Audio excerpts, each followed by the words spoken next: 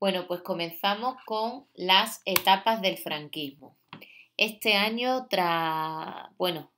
después de una reunión que tuvimos con los ponentes de la selectividad, pues nos dijeron que el tema del franquismo había que ampliarlo un poquito e incluir las etapas. En los años anteriores les había bastado con los principios, con los principios ideológicos y con las bases sociales del franquismo. Y este año pues nos habían pedido ampliar un poquito más. Por lo tanto, vamos a ver de una manera, resumidita, porque habría mucho que contar en las etapas del franquismo, cómo es la evolución del franquismo desde que se instaura en 1939 hasta que fallece el dictador. Y empezamos con el franquismo inicial, lo que nosotros llamaríamos la posguerra, ¿no? Y sería una etapa que iría desde 1939 a 1953. Estos años que os hablo pues son los más duros de la historia de España. La represión política y social pues fue con el hambre, ¿no?, la primera en aparecer en la escena de la posguerra, ¿no? Gran parte de las clases medias y obreras que se habían mostrado partidarios de la República van a ser depurados por el régimen. Y esto pues pasa lo que pasa, ¿no? Ese temor a la represión y el temor a, pues, a la cárcel o a la muerte, pues crearon una serie de grupos, de personas que se adherieron al régimen franquista de manera interesada, mucho por pura necesidad. Para eso, además, para este tipo de personas, pues el Estado va a elaborar una ley que se va a llamar Ley de Responsabilidades Políticas, de la que hablaremos un poquito después. Una de las cosas más duras a la que tuvo que hacer frente los españoles de la posguerra, es decir, pues nuestras abuelas, ¿no?, sobre todo, ¿verdad?, pues es al racionamiento de alimento, ¿no? Se habla de los años del hambre. España, además, al acabar la guerra, completamente arruinada, a lo que se le une esa pérdida de vidas humanas tan importantes, ¿no?, pues se añade la destrucción prácticamente de todos los bienes materiales, ¿no? Pues se calcula unos 300.000 personas murieron en el frente y otras 300.000 pues tuvieron que protegerse de la represión marchando al exilio, ¿no? El racionamiento de alimentos pues fue una realidad muy dura en España. Era la única manera que tenía, que existía, de repartir equitativamente los escasos alimentos de primera necesidad, ¿no?, presentando la cartilla de racionamiento. Claro, lo que conllevaría que a precios razonables un mercado negro que obligó inclusive, alcanzó tanta importancia que el gobierno se vio obligado inclusive a amenazar con la pena de muerte a aquellos cuyas maniobras especulativas, porque claro, este mercado negro pues ponía los precios que le daba la gana, podían incluso ser calificadas de rebelión. Por lo tanto, vemos una especie de corrupción en torno a este mercado negro. ¿Vale? Llevando a cabo el Estado también, y esto es muy importante, una estricta política autárquica. Es decir, se va a intentar por todos los medios pues no comprar absolutamente nada al exterior. Para eso pues se promovió el Instituto Nacional de Industria, el INI, que enseguida pondría en marcha fábricas de aluminio, astilleros, siderurgias, al mismo tiempo también que se nacionalizaban las comunicaciones telefónicas, el transporte aéreo, muchas explotaciones mineras.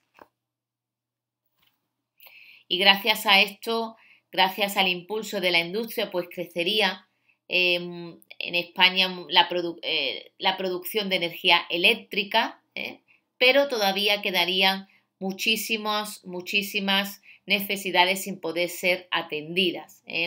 Como en los años felices de Primo de Rivera, el Estado también impulsaría obras públicas, construyendo pantanos, saltos de agua o ferrocarriles, que sí que es verdad, pues reactivaron bastante algunos sectores industriales.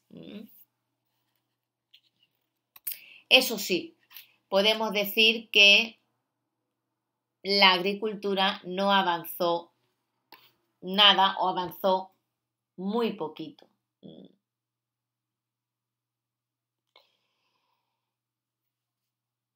No se abordó ningún plan para resolver los problemas de parcelación irracional que se hizo del campo.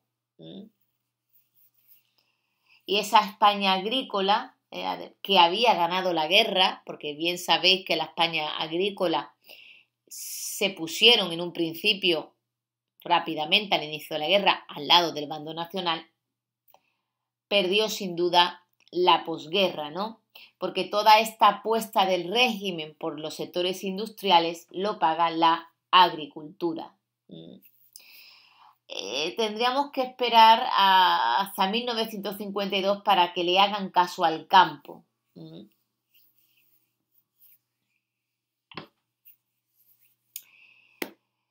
Se puede decir prácticamente que a pesar de los intentos y de esta política económica intervencionista y autárquica, no existió crecimiento en España durante toda la década de los años 40. ¿Vale? Sobrevivir, creo, pues que era más que suficiente. A todo esto también, por ejemplo, el problema de la vivienda también se puso de relieve, muy grave, gravísimo en las zonas industrializadas. Hasta 1957 no se va a establecer ni se va a poner medidas para solucionar este problema. Por eso el chabolismo, así se va a llamar, pues durante muchos años formó parte de ese paisaje urbano de los cinturones industriales. En lo que se refiere a política interior, pues obviamente vamos a ver una concentración de todos los poderes en la persona de Francisco Franco, ¿vale? Él se va a convertir en el jefe de todo, Es el jefe del Estado, es el jefe del gobierno, es el jefe del partido único, jefe del ejército y jefe del poder legislativo. Y a eso yo os hacía referencia a esa frase tan conocida de la época que decía una consigna, ¿no?, propagandística: Franco manda y España obedece, ¿vale? Y ahí queda. Todos los poderes están en manos del Generalísimo, ¿vale? Que además va a llevar a cabo una importante labor legislativa que no viene nada más ni nada menos que a institucionalizar el régimen franquista, es decir, son leyes que amparan la creación del Estado franquista, como puede ser, por ejemplo, el fuero del trabajo, una ley constitutiva de las Cortes, leyes de apariencia liberal, como por ejemplo el famoso fuero de los españoles. El Generalísimo era además muy reacio a fijar en detalles las atribuciones del poder y se opuso frontalmente a una constitución que recordase esos tiempos de España donde existía un sistema liberal. El Fuero del Trabajo, por ejemplo, lo promulga Franco en 1938 en plena guerra civil y estaba inspirado en esa Carta del Lavoro italiana. Articulaba lo que eran las relaciones laborales, la ley constitutiva de las Cortes, repudiaba, por ejemplo, esta ley el sufragio universal, funciones meramente consultivas, y el jefe del Estado era el que tenía la plena capacidad para poder legislar. El fuero de los españoles, que no era nada más que una operación de maquillaje del régimen antes esas exigencias democráticas de los vencedores, porque el Fuero de los Trabajadores se publica en 1945, cuando ya se han vencido los totalitarismos en Europa y el resto de países democráticos le piden a Franco, una señal de buena voluntad. Por eso publica este Fuero de los españoles. En apariencia una declaración de derechos, en la práctica como aquel que tiene un tío en Granada, ¿vale? Absolutamente ni tiene tío ni tiene nada. Así que, pero le sirve de treta, de cara a sus vecinos europeos, todos ya sumidos en democracias, pues tras la caída del fascismo en Italia y del nazismo en Alemania. En lo que se refiere a política exterior, sabemos que Franco se va a mantener completamente neutral en la Segunda Guerra Mundial. Sí es verdad que se entrevista con Hitler en la frontera de Endaya, se entrevistan en 1940 y ahí ambos dictadores no llegan a un acuerdo sobre las contrapartidas exigidas por España para participar en la guerra. Por lo visto, pues Franco le había pedido a Hitler una serie de exigencias que a priori el dictador sabía que Hitler jamás se lo iba a conceder. Pero queda muy bien asistiendo a esa reunión, a la que, por cierto, llega tarde, ante el enfado del Führer alemán, ya sabéis, cuadriculado. Es como una especie de treta en ese sentido. Muchos historiadores hablan de eso, ¿no? Que, para no decirle que no directamente a Hitler en la cara, pues le dice un no, pero con una serie de excusas. Y es que España había salido de la guerra civil muy comprometida con las potencias fascistas, abandonó la Sociedad de Naciones y firma con Hitler el Tratado de Amistad Germano-Español, algo que se va a concretar sobre todo aquí, ¿no? En el envío de la famosa División Azul, ¿no? Un grupo de soldados españoles que marchan a luchar al frente ruso, a luchar contra el comunismo, pero siempre permaneciendo al margen del conflicto que enfrenta a las potencias fascistas con el resto del mundo, pero sí mantiene su guerra contra el comunismo de la Unión Soviética, porque además Franco había firmado el pacto anticomiter o pacto anticomunista. Eso queda reflejado en eso, ¿no? En la llamada teoría de las dos espadas. Neutral en la guerra del eje contra los aliados, colaborador al máximo en la guerra contra el comunismo de la Unión Soviética. 18.000 hombres fueron a luchar a los campos soviéticos contra los comunistas de Stalin. Franco siempre ha sido pragmático, se mueve por intereses. Declarada la guerra, el régimen proclama su neutralidad al principio. Luego, como ve que Hitler avanza muy rápido, cambie su posición por la de no beligerancia.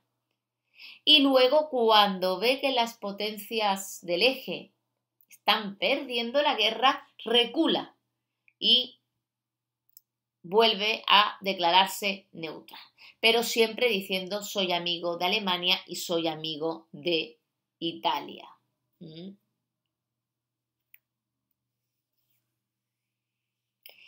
Tiene también otro encuentro, por ejemplo, con Benito Mussolini, en febrero de 1941, que se encuentran en la residencia de Bordighera, en la región italiana de Liguria. Allí en 1941, ¿vale? Se encuentra Franco con Benito Mussolini. Ahí perdura la alianza con Mussolini hasta octubre de 1942, que es el año clave donde empiezan a torcerse las cosas para las potencias del eje, en el momento en el que entran los Estados Unidos en la Segunda Guerra Mundial. Bueno, y aquí continúan pues las consecuencias de este apoyo, ¿no? En 1946 la ONU condena al régimen franquista por su carácter fascista y antidemocrático. Es un bloqueo diplomático y económico atenuado. El aislamiento internacional del régimen fue abrumador en los años 40 y parte de la década del siguiente. La ausencia de la ONU, como he dicho antes, la retirada de los embajadores en diciembre de 1946. El franquismo queda completamente aislado, solo va a contar con el apoyo de Argentina. Se retiraron todos los embajadores del país y además no vamos a poder acceder a los fondos del Plan Marshall, esos fondos que se crean en Europa para paliar la crisis derivada de la Segunda Guerra Mundial. Un plan que tiene como objetivo la reconstrucción de Europa tras esa guerra, ¿no? tan tremenda como fue la Segunda Guerra Mundial, ¿no? Bueno, que asoló Europa y parte del mundo desde 1939 hasta 1945. Ese nuevo orden internacional que surge, ¿no? Tras la derrota del eje y la victoria de los aliados, pues van a considerar a Franco y al régimen español enemigo. Vive Franco aquí los peores momentos de su historia. Inclusive se cierra la frontera francesa. Brutal. La famosísima foto, el retrato de Hitler y Franco cuando se reúnen en Hendaya, ¿no? una ciudad cercana a la frontera francesa. Hitler le pide su apoyo en la Segunda Guerra Mundial y Franco le dice que no. Exige una serie de cosas a las que Hitler, por supuesto, no está dispuesto a ceder.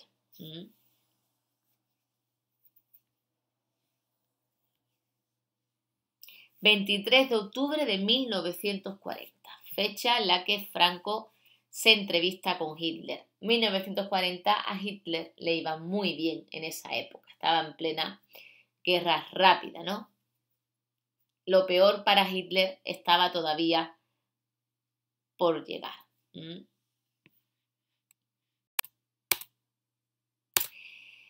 Aquellos que se oponen al régimen franquista, pues no tendrán otro remedio que tener que exiliarse. Triste, pero os doy un dato, pues cerca del 90% de los intelectuales tuvieron que abandonar el país. España perdía para siempre científicos, juristas, historiadores, poetas, pintores, bueno, que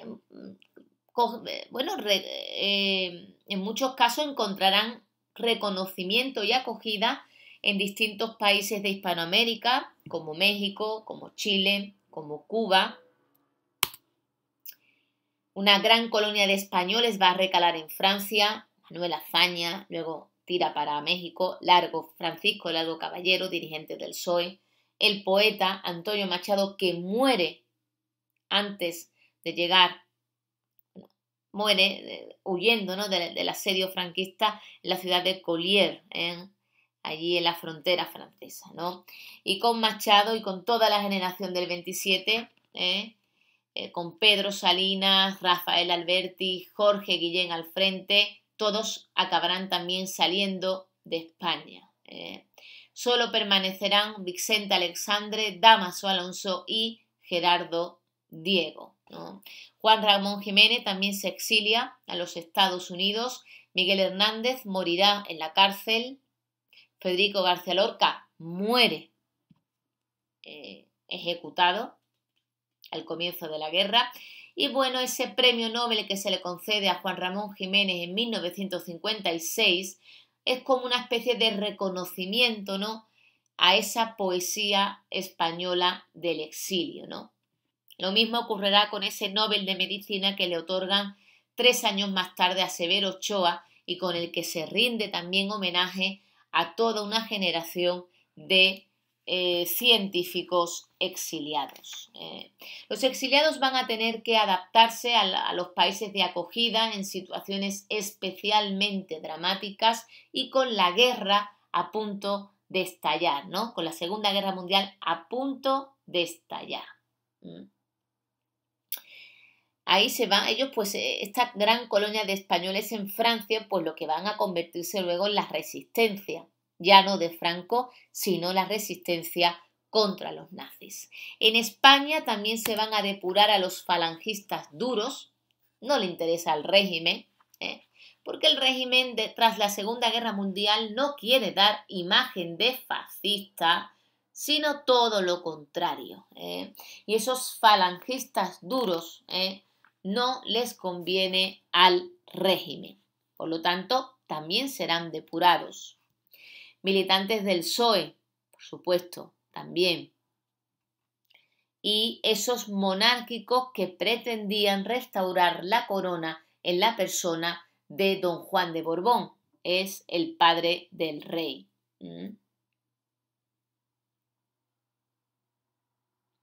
Esos monárquicos que vieron fracasar esas aspiraciones que tenía el hijo de Alfonso XIII. Firma un manifiesto don Juan de Borbón, se llama el Manifiesto de Lausana, en 1945, donde él había ofrecido a los españoles pues la restauración de la monarquía, una monarquía reconciliadora, justiciera y tolerante. Pero bueno, lo que sí es una realidad, pues que el padre del rey, don Juan de Borbón, jamás se convertiría en rey de España. Tuvo que ceder sus derechos para que su hijo don Juan Carlos I, pudiera reinar tras la muerte de Franco en 1975, ¿no?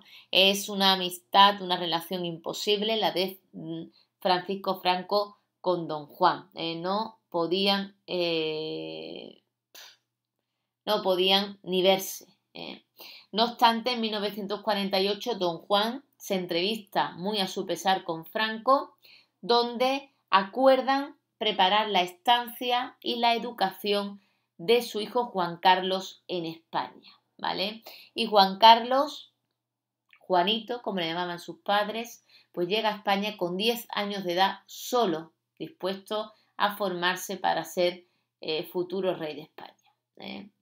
Deja a sus padres exiliados en Portugal, concretamente, pues estuvieron en varios sitios viviendo. En Estoril, sobre todo, allí tenían ellos su casita del exilio. También estuvieron un tiempo viviendo en Suiza. Lausanne es una ciudad suiza, ¿vale? Allí es donde parece ser que don Juan Carlos y doña Sofía acuerdan el matrimonio, ¿no? O Juan Carlos le pide la mano a Sofía, ¿eh? Ya la familia real, los Borbones, pues ya en el exilio, ¿eh? Del que no volverán pues hasta 1975 que pongan pie en España. 36 años sin poder venir a su país.